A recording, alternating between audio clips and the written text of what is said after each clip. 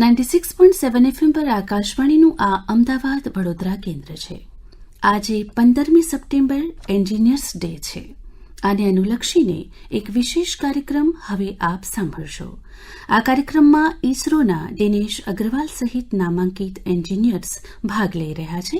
કાર્યક્રમનું સંચાલન મોલ્લિન મુનશી કરશે. આકાશવાણીનો કાર્યક્રમ સાંભળતા સૌ શ્રોતા મિત્રોને મૌલિન મુનશીનો નમસ્કાર. મિત્રો, આજે 15મી સપ્ટેમ્બર આ દિવસને સમગ્ર દેશમાં એન્જિનિયર ડે તરીકે ઉજવવામાં આવે છે. આજના દિવસે વિવિધ જગ્યાએ અંગેના સેમિનારો, વર્કશોપ, ચર્ચા વગેરેનું પણ આયોજન કરવામાં આવે છે. આજે અમદાવાદમાં સવારે institution of engineers India, Gujarat રાજ્ય ચેપ્ટર અને Gujarat institute of civil engineering and architecture દ્વારા અમદાવાદ ખાતે પણ એક વર્કશોપનું આયોજન આજ સવારથી કરવામાં આવેલું, જેમાં વિવિધ વક્તાઓએ ભાગ લીધો અને એઆઈ ટેકનોલોજીનો ઉપયોગ એન્જિનિયરિંગના ફિલ્ડમાં કેવી રીતે થશે અને એનાથી માનવ જીવનમાં કેવો સુધારો આવી શકે વિશે ચર્ચા કરવામાં આવી. આ અંગે વાત કરવા માટે અમારા સ્ટુડિયોમાં આ ક્ષેત્રના અને આ કાર્યક્રમના આયોજકો મારી સાથે છે અને આખા દિવસ દરમિયાન કેવી કેવી ચર્ચાઓ થઈ, આ કાર્યક્રમનો ઉદ્દેશ્ય શું છે તેની વાત આપણને કરશે. मैं दिनेश अग्रवाल. नमस्कार श्रोतागणों, सबसे पहले तो आपको सभी को श्रोता अभियंताओं को बहुत बहुत बधाई. मुझे गर्व है कि मैं अभियंता भी हूं और वैज्ञानिक भी हूं इसरो में. राष्ट्रीय इंजीनियर्स दिवस 2024, engineering solutions for a sustainable world. श्रोतागणों, आप सभी को इंजीनियर्स डे की बधाई. विभिन्न क्षेत्रों के इंजीनियरों के लिए ये प्रशंसा और मान्यता का दिन है. सिविल इंजीनियरिंग से लगा करके सॉफ्टवेयर, पर्यावरण और विभिन्न क्षेत्रों के नवाचारों और समाधानों ने जीवन, उद्योगों और अर्थव्यवस्था को बदल दिया है. भारत में यह दिन सतत विकास और देश की तकनीकी उन्नति के प्रति उनकी प्रतिबद्धता को दर्शाता है. दोस्तों, आपको ये जानकर बड़ा आश्चर्य होगा कि भारत के सर मोक्ष गुंडम विश्वेश्वरैया, जिनके जन्म दिवस 15 सितंबर 2024 के लिए हम उसके अंदर हम मना रहे हैं, उनके लिए ये अभियंता दिवस, ये 57वां अभियंता दिवस है. ये उन्होंने अपने समय में कृष्णराज, सागर बांध, विधान सौदा, बहुत इंजीनियरिंग मार्वल जैसे अपने उसको उन्होंने अंजाम दिया था. आज हम देखेंगे कि यह जो उन्होंने जिस तरीके से युवाओं को और देशवासियों को एक प्रेरणा दी है, इसलिए उन्हें आधुनिक भारत का निर्माता कहा जाता है. आपको यह आश्चर्य होगा कि हमने ये 57वां अभियंता दिवस के उपलक्ष्य में विभिन्न इंजीनियरिंग संस्थाओं जैसे broadcast engineering society, institute of electronics and telecommunication engineers, astronautical society of India, इन सभी के साथ मिलकर एक भव्य और उच्चतम तकनीकी सेमिनार को करने वाले हैं.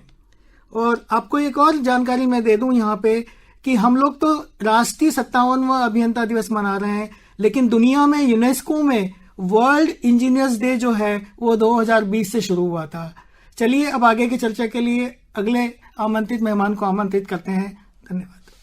मेरा नाम विकास शाह, मैं सेक्रेटरी हूँ the Gujarat institute of civil engineers and architects. तो मैं सिविल इंजीनियर्स के यहाँ पे बात करूंगा. अभी प्राइम मिनिस्टर साहब का भी विजन है पूरे देश में कंस्ट्रक्शन का, और पूरे देश में विकास कर रहे हैं, बुलेट ट्रेन से लेके ब्रिज और सबका काम. तो इंजीनियर्स का बहुत महत्व है, आर्किटेक्ट्स का भी महत्व है, डिजाइन से लेके कंस्ट्रक्शन तक सब. और उस वजह से ये इंजीनियर्स डे हम सेलिब्रेट कर रहे हैं कि देश को और सबको भी इस चीज का रियलाइज भी रहे. और इंजीनियर्स और आर्किटेक्ट्स के बिना ये सब इतना डेवलपमेंट जो है वो मुमकिन नहीं है. तो मेरा सिविल इंजीनियर्स की ओर से यही मुख्य उद्देश्य है और उस वजह से हम ये प्रोग्राम कर रहे हैं. ये 57th इंजीनियर्स डे सेलिब्रेशन का है. और अभी जो है आर्टिफिशियल इंटेलिजेंस हर एक क्षेत्र में आ रहा है, तो हम उसके ऊपर ये सेमिनार कर रहे हैं. तो कैसे अभी फ्यूचर में ये सब आर्टिफिशियल इंटेलिजेंस आर्किटेक्ट्स और कंस्ट्रक्शन में हेल्पफुल रहेगा, सबको माहितगार कर रहे हैं. मैं आगे के लिए नीरज भाई को. Thank you Dineshbhai, thank you Vikasbhai. હું એન્જિનિયર નીરજ શાહ. હું મારી જાતને હંમેશા એન્જિનિયર્સ કહું છું. એન્જિનિયર્સ છે ને હંમેશા દેશને બનાવ્યો છે, દુનિયાને બનાવી છે. અને દરેક ક્ષેત્રમાં તમે ક્યાંય પણ તમારી આજુબાજુમાં નજર કરશો ને તો એન્જિનિયરિંગનું એક અદ્ભુત નમૂનો તમને જોવા મળશે જ. તમારી લાઈફનો એક ભાગ છે. કદાચ એ દેખાતો નથી, પણ હવે એ સમય છે કે જ્યારે એન્જિનિયર્સ ડે આવતો હોય ત્યારે એને સેલિબ્રેટ કરવો બને જ છે, કેમ કે આપણી લાઈફના મોટા ભાગના બધી જ વસ્તુઓ એન્જિનિયર્સથી બનેલી છે. અને આ ભાગમાં અત્યારે આપણને એઆઈની બૂમ તો સંભળાય જ છે કે આર્ટિફિશિયલ ઇન્ટેલિજન્સ આવી ગયું છે ને આપણને હેરાન કરવાનું છે. તો આવી વખતે શું સાચું જ હેરાન કરવાનું છે? તો આવા જ કંઈક ટોપિકને માન આપીને હંમેશા એન્જિનિયરિંગ બેટરમેન્ટ ઓફ લાઈફ માટે હોય છે, ક્યારેય નુકસાન માટે નથી હોતું. પણ એના પ્રોઝ અને કોન્સ એ જાણવા બહુ જ જરૂરી છે. તો આ 57માં એન્જિનિયર્સ ડેના સેલિબ્રેશન માટે બધી જ એન્જિનિયરિંગ સંસ્થાઓ, ખાસ કરીને આઈઆઈ, જીઆઈસીએ, આ બંને સંસ્થાઓ તો ભેગી થઈને મેઇન છે, પણ એ સિવાયની 14 એન્જિનિયરિંગ બીજી સંસ્થાઓ સાથે જોડાઈને આ દિવસે 57માં એન્જિનિયર ડે સેલિબ્રેટ કરવાના છે. ત્યારે જીટીયુના વાઇસ ચાન્સલર રાજુલબેન તેમજ ડોક્ટર પ્રિયંકા શર્મા અને વિવેક ઓગરા જેવા મહાનુભાવો જે એઆઈના એક્સપર્ટ કહેવાય, એ બંનેની હાજરીમાં આપણે એઆઈ ઉપર ચર્ચા કરવાના છે. તો આ સેમિનારની ઉજવણી કરવી છે અને સાથે સાથે એન્જિનિયર્સ ડેનું પણ સેલિબ્રેશન કરવું છે ને એન્જિનિયર્સ હોવાનો પ્રાઉડ પણ અનુભવો છે. I am engineer, I am the national builder. તો આવું જ કંઈક વિચારીને આપણે સૌ સાથે મળીને એન્જિનિયર ડેનું સેલિબ્રેશન કરીએ. જય હિન્દ. નીરજભાઈ, આમાં કેવા કે ટોપિક ઉપર ચર્ચા થશે આની અંદર આખા દિવસ દરમિયાન કેવા કેવા ટોપિક એ અમારા શ્રોતાઓને જણાવશો? આઈડિયલી છે ને હંમેશા સસ્ટેનેબલ ડેવલપમેન્ટ એ હંમેશા દરેકનો ગોલ રહ્યો છે. એન્જિનિયરિંગનો ગોલ પણ સસ્ટેનેબલ ડેવલપમેન્ટનો જ છે. એટલે એઆઈ સસ્ટેનેબલ ડેવલપમેન્ટમાં કેવી રીતનો વર્ક કરશે આ ઉપર આ દિવસે મહત્વની ચર્ચા કરવાના છે. એટલે અધર દેન આને ફોકસ ન કરતા, કેમ કે એઆઈ છે, એઆઈ દરેક ફિલ્ડમાં લાવવાનો છે. સિવિલ એન્જિનિયરિંગ હોય, ઇલેક્ટ્રિકલ હોય, કોમ્પ્યુટર હોય કે મિકેનિકલ હોય કે ક્યાંય પણ, ઇવન મારા અને તમારા જેવા ચેટબોટથી આપણે એન્જિનિયરિંગનો એઆઈનો ઉપયોગ કરીએ છીએ. તો આ બધી જ વસ્તુની પારખ કરવા માટે એઆઈનું ઇમ્પોર્ટન્સ છે, પણ એઆઈને જો સાચી દિશામાં સસ્ટેનેબલ ડેવલપમેન્ટમાં કરવામાં આવશે તો જ એ ભવિષ્ય બનાવી શકશે, નહીતર ભવિષ્ય બગાડી પણ શકશે. તો એ જ ચર્ચા કરવા માટે આવનારા દિવસોમાં જે એન્જિનિયરિંગ ક્ષેત્ર છે, એ પછી બિલ્ડિંગ બાંધકામ હોય કે બીજું એન્જિનિયરિંગ હોય, એમાં કેટલું આ એઆઈ એટલે કે આર્ટિફિશિયલ ઇન્ટેલિજન્સ ઉપયોગી થશે? આર્ટિફિશિયલ ઇન્ટેલિજન્સનો સૌથી મહત્વનો રોલ છે કે આપણે જે લેબોરિયસ વર્ક કરતા આવ્યા છે લાસ્ટ 2 સેન્ચુરીમાં, કદાચ એન્જિનિયરિંગના ડેવલપમેન્ટ જે નામ થયું પછી એ 2 સેન્ચુરીમાં આપણે લેબોરિયસ વર્ક જે કરીએ છીએ એને એઆઈ રિપ્લેસ કરવા આવ્યું છે. એટલે હવે આપણે સ્માર્ટ વર્ક કરવાનો જમાનો આવ્યો છે. જો આપણે તૈયાર નહીં હોય તો એ આપણા ઉપર ગુરુ બનશે, ને જો આપણે તૈયાર હશું તો આપણે એના ઉપર ગુરુ રહીશું. એટલા માટેનું આ છે. તો આ જ સમજ માટે આ પ્રોગ્રામ છે. Thank you.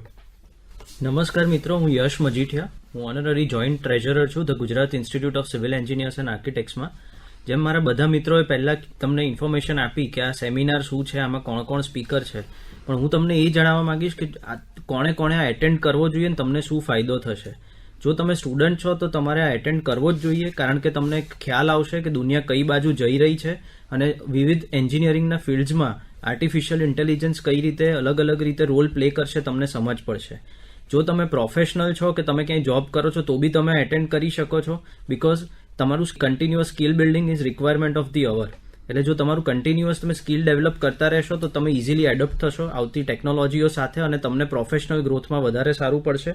અને જો તમે રિસર્ચર છો કે તમે કોઈ બી જાતના રિસર્ચ વર્કમાં ઇન્વોલ્વ છો તો બી તમને આ ઘણું બધું ઇન્સાઇટ્સ મળશે કે તમે રિસર્ચમાં આર્ટિફિશિયલ ઇન્ટેલિજન્સને કઈ રીતે ઇન્વોલ્વ કરો. અને જો તમે સાધારણ માણસ છો તો બી તમને ખ્યાલ આવશે કે આર્ટિફિશિયલ ઇન્ટેલિજન્સ તમારી આજુબાજુની દુનિયાને કઈ રીતે બદલશે. તો મિત્રો, આર્ટિફિશિયલ ઇન્ટેલિજન્સ એ આપણે આ જિંદગીનો એક હવે હિસ્સો બની ગયો છે. કોઈ પણ ક્ષેત્ર હોય એમાં એનો ઉપયોગ થવા મળે છે, ત્યારે એનો વધુ સારી રીતે ઉપયોગ માનવ કલ્યાણ માટે આપણે કઈ રીતે કરી શકીએ એના માટેનો એક સેમિનાર ખૂબ મહત્વપૂર્ણ છે અને એક નવી શરૂઆત કહી શકાય. જ્યારે ગુજરાતમાં પણ હવે ચિપ્સનું જ્યારે પ્રોડક્શન શરૂ થવા જઈ રહ્યું છે ત્યારે તો આવો આપણે આ કાર્યક્રમને વધાવીએ અને આ કાર્યક્રમને ખૂબ ખૂબ શુભેચ્છા. આપ સૌ અહીંયા આકાશવાણીમાં આવ્યા અને અમારા શ્રોતા મિત્રોને માહિતી આપી તે માટે આપ સૌનો દિલથી ખૂબ ખૂબ આભાર.